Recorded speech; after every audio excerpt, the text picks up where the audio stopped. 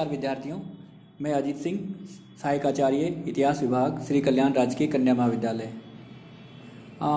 पिछली क्लासों में हमने चर्चा की थी 1857 की क्रांति के बारे में। हमने पढ़ा था कि जब ये क्रांति हुई थी उस समय इंग्लैंड के प्रधानमंत्री पामर्सन थे और भारत के तत्कालीन गवर्नर जनरल लॉर्ड कैनिंग थे। लॉर्ड कैनिंग जब भारत आए तो उन्होंने पहले ही आशंका व्यक्त की थी कि शायद एक बड़ी क्रांति की पृष्ठभूमि भारत में तैयार हो चुकी है। हमने देखा कि इस विद्रोह का आरंभ यद्यपि सैनिक विद्रोह के रूप में हुआ था, परंतु शीघ्र इसमें लगभग भारत की जनता, किसान, मजदूर, जनजातियां, शिल्पकार और कुछ देसी रियासतों ने भी भाग लिया था। अर्थात जो कार्य सैनिकों ने प्रारंभ किया उस कार्य में भारत की अधिकांश जनता सम्मिलित हो गई। लेकिन कुछ रियासतें ऐसी भी थी जिन्होंने ईस्ट इंडिया कंपनी का साथ दिया और उन्हीं के मदद की वजह से भारत में क्रांति सफल न हो पाई। आज हम चर्चा करेंगे कि भारत के किन किन केंद्रों पर किन प्रमुख नेताओं ने इस विद्रोह का नेतृत्व किया था और उनको दबाने वाले अंग्रेज सेनानायक कौन थे। जैसे कि हम बात करें दिल्ली की, तो हम जानते हैं कि दिल्ली में इस विद्रोह का नेतृत्व भारत के अंतिम मुगल सम्राट बहादुर शाह जफर के द्वारा किया गया था। इनको बहादुर शाह द्वितीय इनका वास्तविक नाम था। जफर इसलिए कहते हैं क्योंकि ये जफर नाम से कविताएं लिखते थे। दिल्ली में विद्रोह का दमन करने वाले जो अंग्रेज सेनानायक थे उनका नाम निकोलसन, हडसन था। ये दो प्रमुख सेनानायक थे, निकोलसन और हडसन। लखनऊ में विद्रोह का नेतृत्व बेगम हजरत महल के द्वारा किया गया था और उसे कैम्पबेल ने दबाया था। इसी प्रकार नाना साहब ने कानपुर में नेतृत्व किया और इसको दबाने वाले भी कैम्पबेल और हैवलॉक थे।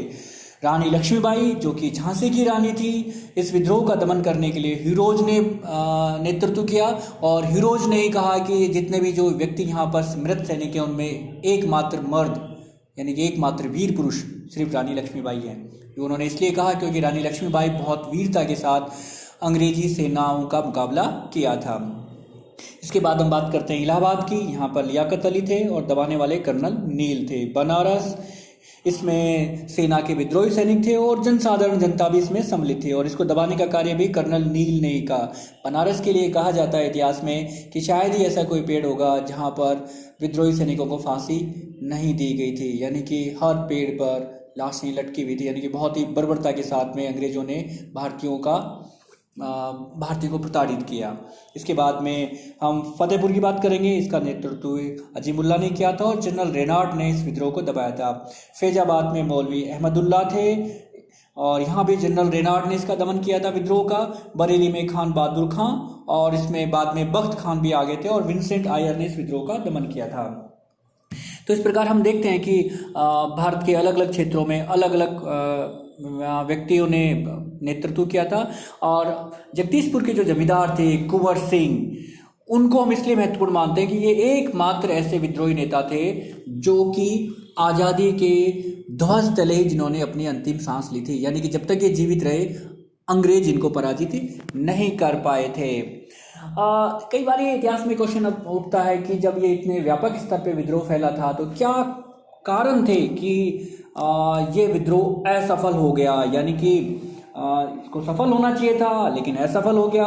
तो आज हम साथ में ये भी चर्चा करेंगे कि ऐसे क्या कारण बने, ऐसी क्या परिस्थितियां बनी जिसके कारण ये असफल हो गया। तो हम जब इसकी सबसे पहले बात करेंगे तो देखिए संगठन का अभाव, ऐसा कोई एक संगठन नहीं बना था जो कि इन सब विद्रोही नेताओं को, इन विद्रोही सैनिकों को एक ध्वज के नीचे ला सके। उनका कोई एक मैनिफेस्टो नहीं था। तो जब संगठन नहीं होता है तो संगठन विहीन होकर व्यक्ति जब किसी क्रांति या किसी विद्रोह का नेतृत्व करते हैं तो अधिक सफल नहीं हो पाता है। दूसरी हम बात करेंगे कि कोई योजना नहीं थी, यानी कि जब भी कोई कार्य किया जाता है तो हम जनता को ये भी दिखाते हैं कि इस कार्य के सफल होने के पश्चात में हम जनता को क्या देंगे।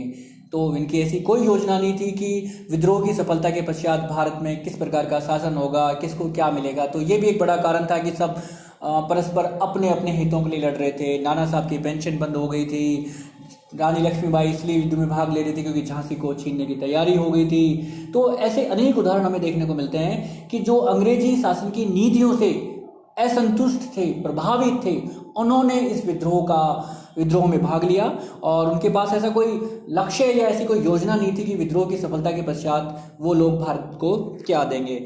फिर हम एक चीज़ बात करें कि सभी लोग इस विद्रोह में शामिल नहीं हुए। भारत की अनेक रियासतों ने, अनेक सामंतों ने, अनेक रजवाड़ों ने, नवाबों ने ईस्ट इंडिया कंपनी का साथ दिया। यदि इनमें बात करें तो पटियाला, जींद, ग्वालियर, हैदराबाद, पंजाब व बंगाल की रियासतें सबसे प्रमुख थी जिन्होंने इस कंपनी का शासन दिया। भारत के गवर्नर जनरल लॉर्ड कैनिंग ने स्वयं कहा था कि यदि सिंधिया भी विद्रोह में शामिल हो जाता तो शायद मुझे कल ही यहाँ से भारत छोड़कर जाना पड़ता। और जैसे कि यूरोपीय इतिहासकारों ने ग्वालियर के मंत्री सर दिनकर राव और हैदराबाद के मंत्री सालार जंग की राजभक्ति की बहुत सराहना की थी। तो देखिए, जब सब लोग मिलकर एक उद्देश्य के लिए कार्य नहीं करेंगे, बहुत से लोग जब कंपनी की मदद कर रहे थे, तो जाहिर सी बात है कि विद्रोह सफल होने की संभावना बहुत क्षीण थी। एक चीज़ और इसमें हमें देखने को मिलती है, साधनों का अभाव। असल में क्या था कि विद्रोही सैनिकों के पास में बहुत ज़्यादा साधन नहीं थे, जबकि ईस्ट इंडिया कंपनी के सैनिकों के पास में अच्छे हथियार थे, कुशल नेतृत्व करने वाले सेना नायक थे और परिस्थितियां भी उनके अनुकूल हो गई थी, क्योंकि क्रीमिया का युद्ध समाप्त हो चुका था और क्रीमिया के युद्ध के समाप्त होते ही वहाँ से जो यूरोपीय सेना लड़ रही थी उसको भारत भेज दिया गया। तो उस क्रीमिया के युद्ध से वापस लौटती हुई सैनिकों का भी इस विद्रोह के दमन में एक महत्वपूर्ण भूमिका रही थी।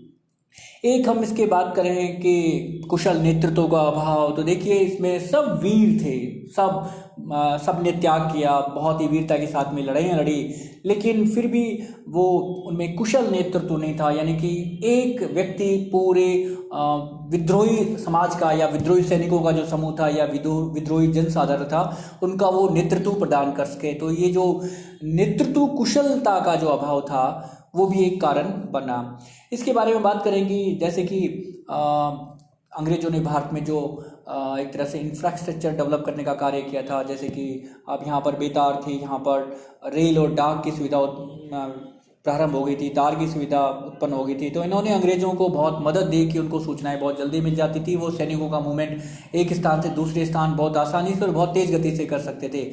विद्रोही सैनिक ऐसा नहीं कर पाए, तो एक इनका ये भी कारण बना। इसके अलावा एक सबसे इम्पोर्टेंट चीज़ है कि शिक्षित भारतीय वर्ग ने इस विद्रोह में बिल्कुल भी भाग नहीं लिया। हम संक्षिप्त रूप में कह सकते हैं कि शिक्षित वर्ग की उदासीनता व राष्ट्रीय भावना का अभाव ये एक ऐसे कारण थे जिन्होंने इस विद्रोह को सफल नहीं होने दिया।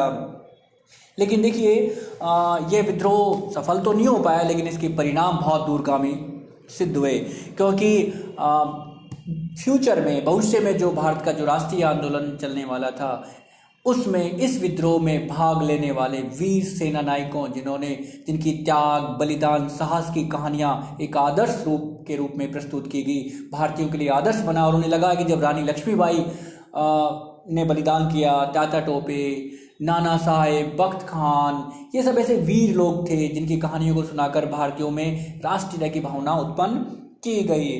तो हम कह सकते हैं कि ये विद्रोह जो था इसके तत्कालीन परिणाम तो कोई ज़्यादा नहीं निकले, लेकिन दूरगामी परिणाम बहुत ज़्यादा निकले। ये भारतीयों के लिए प्रेरणा स्रोत बने। इन्होंने भारतीयों को, इनकी कहानियों ने भारतीयों को प्रेरित किया, इनके त्याग और साहस ने भारतीयों को प्रेरित किया, और इन सब चीज़ों को मिलाकर भारतीय राष्ट्रीय आंदोलन में कैसी भावना उत्पन्न हुई, जिसके कारण अंततः 15 अगस्त 1947 को भारत ईस्ट इंडिया ब्रिटिश प्रशासन के चंगुल से मुक्त हो गया था। Thank you.